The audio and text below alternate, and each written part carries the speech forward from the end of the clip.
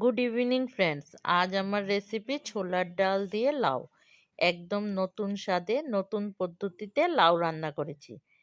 এটা খুব হেলদি আর টেস্টি। তাহলে ঝটপট দেখে নাও কিভাবে বানিয়েছি। লাউগুলি কেটে নিলাম, ছোলার ডালটাও আগে সিদ্ধ করে নিলাম। তেলে জিরা, শুকনা লঙ্কা, এলাচি, দারচিনি ফোড়ন দিয়ে দেব। তেজপাতা দিয়ে দেব। এখন আদা, কাঁচা লঙ্কা দিয়ে দেব। ভাজা হয়ে গেলে টমেটো দিয়ে দেব। হলুদ, নুন দিয়ে টমেটোটা ভালো করে ভাজা করে নেব। সাথে জিরা, ধনিয়া, লাল লঙ্কা গুঁড়া দিয়ে দেব। ভালো করে ভাজা হয়ে গেলে একসাথে তারপর কেটে রাখা লাউটা দিয়ে দেব। এখন ছোলার ডালটা দিয়ে দেব।